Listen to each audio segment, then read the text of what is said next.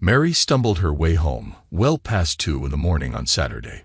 Her Friday evening had kicked off right after work, as she and a few friends decided to kickstart the weekend at their favorite bar. They indulged in more than a few drinks and danced the night away until the combination became overwhelming for Mary. Grateful that she hadn't driven, she knew Darren would have been her designated driver yet again, subjecting her to his lectures all the way home. Being out late had become a common occurrence for her over the past year or so. As she made her way down the dark hallway, barely able to put one foot in front of the other, Mary contemplated her husband's probable sleeping state. It wouldn't be beneath her to make enough noise to rouse him from his slumber. In fact, she relished the idea. With a drunken smirk still adorning her face, she acknowledged her growing bitterness. Ascending the stairs, she bypassed the guest room without a glance and continued her unsteady journey. By the time she reached the master bedroom, she was using the wall for support. Pushing the door open with her foot, she was surprised to find the bedside lamp illuminated, and even more surprised to discover the bed empty. "Where the hell is he?" her mind demanded, prompting her legs to move towards the bathroom instinctively. After a thorough search of the upstairs yielded no sign of him, she descended the stairs, her heart pounding. A faint glow emanated from the kitchen, leading her to believe he might have drifted off at the table while waiting for her. No such luck awaited her. Instead, she found the hood light above the stove left on, further fueling her frustration. "He's going to catch an earful when he finally shows up," she muttered angrily.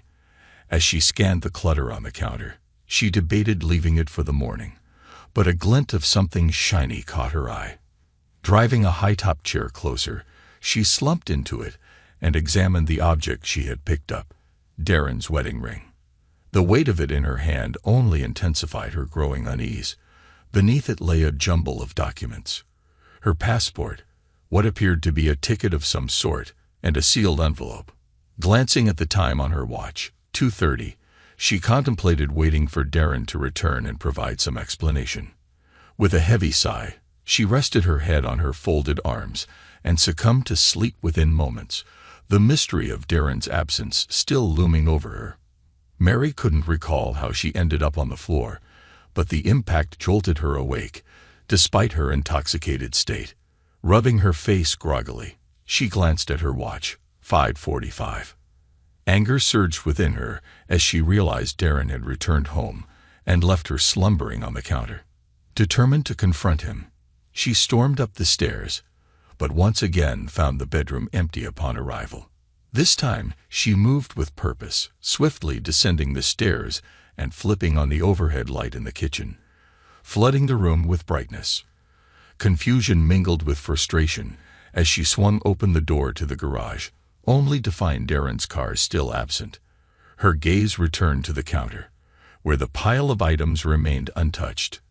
Examining her passport, she noted the outdated photo, realizing she hadn't used it in years.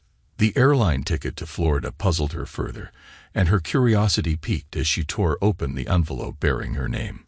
Racing to retrieve her reading glasses from the night table, she returned to the kitchen, clutching the letter in hand, and settled onto a stool at the counter to unravel the mystery before her.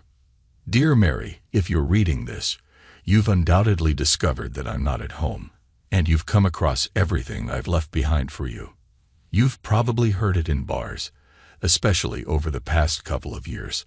About 30 minutes before closing time, they'll announce last call. Well, my dear wife, consider this your last call. I'm sure you won't be shocked to hear me say that our marriage hasn't been working for quite some time. I wish I could say I'm willing to let it limp along as it has been for the past few years, but that's not in the cards. As I see it, we have two options. Option 1, you can muster the courage to gather up those documents and join me for a tough week of trying to salvage what's left of our relationship. If you choose this path, I'll be there to meet you when you arrive, and we can take it from there. Option 2 isn't as pleasant. We part ways, divide everything equally, and put an end to what has sadly become a charade of a marriage. I can't say I wouldn't prefer option 2, but because there's still some semblance of feeling left, albeit not much, I'm unwilling to give it one last shot. I won't delve into a lengthy analysis of how we reached this point or whose fault it may be. I'll simply say that I can't continue down the path you've chosen for us." Mary paused in her reading, glancing around the room with disbelief. Surely this had to be some sort of joke. Darren wouldn't have the nerve to follow through with what he had penned. Any moment now, she expected him to walk through the door, sheepishly seeking forgiveness, as he always did. "This is the gratitude I receive for being lenient with him," Mary mused bitterly. "If he believes he can intimidate me with the threat of divorce, he's sorely mistaken." Despite her irritation, she resolved to continue reading his foolish letter, reasoning that she had already invested this much time into it. "Mary, we've shared many wonderful moments in the past and have raised 2 incredible children together. However, as the saying goes, staying in a troubled marriage just for the sake of the children isn't sustainable. Our kids are grown now, forging their own paths with the people they've chosen. I believe that if we're both willing to make some compromises, we can rediscover the love and connection we had when we first met. It won't be simple, but it's essential if we want our marriage to endure." "Damn it, damn it, damn it," she muttered, flinging the letter onto the counter. "I gave that man everything I had, and now he has the audacity to say it's not enough. I swear on my life, he'll pay for this when he walks through that door," Mary declared to the empty room. "If he had even an ounce of backbone, instead of being a spineless coward, maybe I wouldn't have to constantly push him. If it weren't for me, he'd still be stuck as a lowly rubber salesman instead of climbing the corporate ladder like he has. He should be groveling at my feet instead of issuing ultimatums. Who does he think he is? And who does he think he's talking to? His damn mother." Mary's agitation grew, as it often did when Darren failed to meet her expectations. With a huff, she returned to reading the letter. "As mentioned, Mary, I'll be there to meet you at the plane, ready to embark on the journey of rebuilding our lives together. However, it's crucial that you ensure you're on that plane." Mary glanced at the ticket in disbelief. "There's no way I can catch that flight. It leaves in just 3 hours," she exclaimed, checking her watch. "Mr. High and Mighty will be in for a surprise when I'm not on that plane," she muttered, twirling his wedding ring on the counter. "And as for this ring, he won't be getting it back so easily. He'll have to earn it," she smirked, envisioning the tasks she'd make him undertake. When the ring slipped from her fingers and clattered to the floor, she simply left it there, feeling drained. After a night of revelry with her friends, all she craved was sleep. Dealing with her husband could wait until she was ready. Unaware of the consequences outlined in the letter, Mary didn't bother to read further. If she had, she would have seen a series of events already set in motion, beginning in just a few short hours. Later that morning, nursing a cup of coffee at the kitchen table and swearing off alcohol, Mary was startled by the arrival of Darren's 2 brothers, Frank and James, who entered through the front door. "Excuse me, but you 2 can't just barge into my house, even if you are Darren's brothers," Mary snapped, eyeing Frank and James as they entered. "Take your time finishing your coffee. We're just here to collect a few things my brother asked us to grab," Frank retorted, shooting a disdainful glance at his sister-in-law. "Fine, go ahead. And make sure to inform him that he's in for a world of trouble when he gets back," Mary shot back sharply. They didn't bother responding, simply dashing upstairs with a box of black trash bags. 3 quick trips later, they were gone, not uttering another word to Mary. They could have at least said thank you. Mary grumbled to herself, draining her second cup of coffee and contemplating whether to have breakfast or lunch, glancing up at the clock. After a late lunch, she went shopping with her friends, and since Darren wasn't around, they ended up making a night of it again. But she never made it home. She awoke on Kelly's couch Sunday afternoon, praying for relief from her pounding headache. For the second time in 2 days, she swore off alcohol, though she knew it would only last until she sobered up and felt better. "Darren's probably at home right now, wondering where the hell I am. Let him stew in his own worry," she thought, before drifting back to sleep. Despite her initial spiteful intentions, Mary realized she couldn't stay over at Kelly's on Sunday night. The looming Monday morning work schedule and the lack of spare clothes at her friend's place compelled her to return home. As she stepped into the still empty house, Mary's anger resurfaced.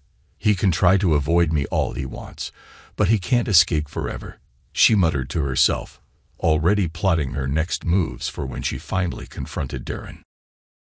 Sunday night passed quietly, too quietly for Mary's liking. As she lay in bed reading, her thoughts unexpectedly drifted towards Darren, albeit not in a hostile manner for once. "Maybe I'll cut him some slack when he returns. It's been a while, and I know how much he enjoys pleasuring me," she pondered, feeling a stir deep within her, not love per se, but a sensation akin to the satisfaction she felt after Darren had brought her to climax. She awoke late on Monday morning, her book still resting on her lap. Monday morning was chaotic. Without Darren's usual prodding, Mary found herself running late for work, arriving half an hour behind schedule. The day passed in its usual flurry of activity, and it wasn't until Kelly inquired about Darren's tardiness that Mary's attention was drawn to his absence. At 10:54, Mary was approached by a man in a suit who handed her an envelope without a word. "Mrs. Mary Gray, you've been served," he stated simply before turning on his heel and exiting the premises. "He's crossed a line," Mary seethed internally. "That little jerk is going to pay dearly for humiliating me like this," she raged, scanning her surroundings to gauge who might have witnessed the encounter. During lunch, Kelly and Mary perused the contents of the envelope. "He's not asking for much," Kelly remarked, flipping through the 5-page document. 50% of the savings, his $401, and you get to keep the house. It seems like he just wants out." "He's not getting a damn thing," Mary declared venomously, unleashing the bitterness usually reserved for Darren. "By the time I'm finished with him, he'll regret ever crossing me." During lunch, Mary logged into their online bank accounts and was shocked to discover that 50% of their funds had been withdrawn. When she contacted the bank, they informed her that Darren had made the withdrawal, and they had no record of any additional accounts in his name. It was clear to Mary that he had taken the money and opened a new account elsewhere. On her way home from work, Mary stopped by another bank and opened a new account in her name only. "Two can play this game," she thought, determined to protect herself. Arriving at her empty house, Mary poured herself a generous glass of wine and made her way to the kitchen. There, she retrieved Darren's letter and the other items left on the counter 2 days prior. With renewed interest, she reread the letter from where she had left off. "Mary, if you choose not to board that flight, then I'll take it as my answer, and the following steps will be set in motion. I've already taken what belongings I wanted from the house, leaving aside only the remainder of my clothes. My brothers will arrive sometime on Saturday to retrieve whatever else remains. On Monday, you'll be served with the divorce papers I had prepared months ago. As I mentioned, this is your final opportunity, and if you're not with me by Saturday, then it's the end. I'll strive to be fair, but if you decide to contest it, things could turn ugly, and I'm sure neither of us wants that. Regarding our children, they've been aware for some time that our marriage has existed in name only, so they shouldn't be too shocked. As for our families, well, they're likely surprised we've lasted this long. That's all I have to say until we meet face to face or not. If not, I genuinely wish you a good life, and despite everything, I harbor no ill will towards you. Your husband, Darren." Mary's initial reaction to the airline ticket and accompanying documents was a resounding shit. On Sunday morning, thousands of miles away, Darren lounged in a chair, engrossed in the new gadget he had purchased the previous week. "I'm sorry," Peggy said, glancing at Darren. "Don't be. It's mostly my fault. If I hadn't given in to her all these years and stood my ground, maybe we wouldn't be in this mess now. Then again, who knows? At this point, I don't even care," Darren replied, scrolling through the iPad menu in search of the books he had downloaded earlier. "Did you really think she would come?" Peggy inquired. "No, but I promised my kids I'd give it one last shot," Darren admitted, his attention still fixed on the screen. "You're just happy we won't be needing both cabins anymore. Well, if you want, we can alternate cabins every night. That way we'll always have a fresh bed to mess up," Peggy teased, pulling Darren close and planting a kiss on him, tinged with more than a hint of passion. Peggy had worked alongside Darren for the past decade, witnessing his gradual decline in happiness within his marriage. Her own husband had passed away 8 years prior, and Darren had become a source of comfort for her during her moments of frustration. He had been a supportive friend, offering reassurance that things would improve with time and extending an open ear whenever she needed to vent. He had become her confidant and sounding board. Yet Darren wasn't always gentle and agreeable. There were times when he had to give her a reality check. "Your husband may have passed away, but you're still alive. Randy wouldn't have wanted you to give up on life. Grieve for him, yes, but then move forward. You're young, attractive, and had a lot to offer," he had told her once. It felt like a lifetime ago. The card she had given him 3 years ago had only 2 words on it: "Thank you."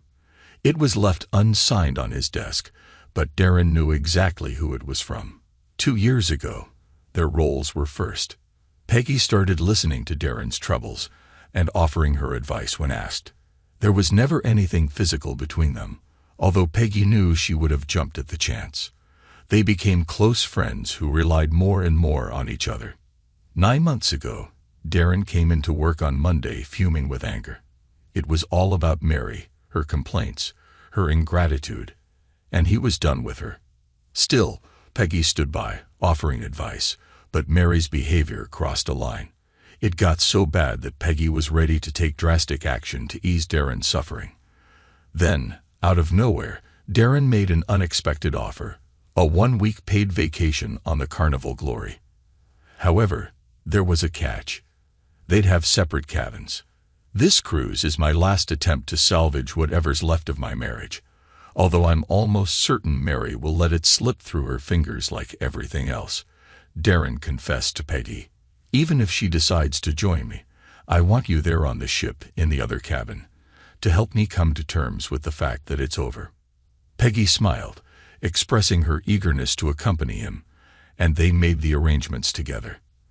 At Southwest Airline Gate number 26, they waited together. When the pilot and crew finally disembarked, Darren felt a wave of relief. Without a second thought, he grabbed a shocked Peggy and kissed her, first lightly, and then with a passion he had harbored for years. "I've wanted to do that for years," he admitted, stealing another kiss before declaring they had a boat to catch. After checking into their respective rooms, they sat on deck, marveling at the offerings of the next 7 glorious days. Darren switched Peggy's dinner table reservation, and they opted out of booking any excursions. "Maybe on our next cruise," Peggy suggested with a smile. They spent the day exploring the ship, enjoying a delightful dinner and dancing the night away at the clubs. As it approached 1 a.m., they reluctantly addressed the sleeping arrangements. For the first night, they slept separately in their own cabins. "This is the last time I'll ever sleep alone," Darren declared to Peggy over breakfast. As he slid a promise ring onto her finger, he vowed to take it one day at a time until the divorce was finalized. Peggy felt like she was walking on air, her head in the clouds. When they finally spent the night together on Sunday, it exceeded all of Darren's expectations. He felt genuinely happy again. On the final day of the cruise, Peggy suggested they hide away in their cabin and relive the moments they had shared. Darren loved the idea, but reality beckoned. 2 people are expected back at work on Monday, and I doubt our bosses would understand," he reasoned. Peggy considered asking anyway, but Darren suggested another plan. "Why don't you let me move in with you?" she proposed. Although tempted, Darren decided to reside, at least for the time being, with his brother Frank while the divorce proceedings unfolded.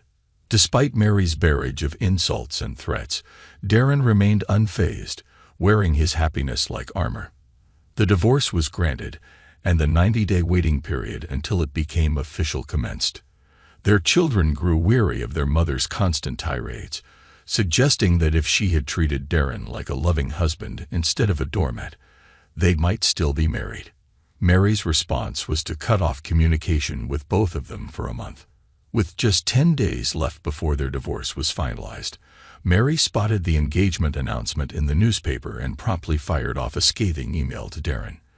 The day after his divorce was official, Darren and Peggy exchanged vows in an intimate ceremony, attended by a select few, including his children, parents, Peggy's sister, and her parents.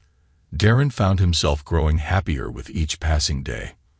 A month later, Mary found herself sitting alone in the bar with what remained of her friends. Around 1:30 in the morning, the bartender rang the bell signaling last call. If only, Mary muttered to herself, a hint of sadness creeping into her voice. Thanks to everyone who took the time to listen to today's stories. If you enjoyed it, please consider liking and subscribing if you haven't already. Feel free to share your thoughts on the events in the comments below. Take care.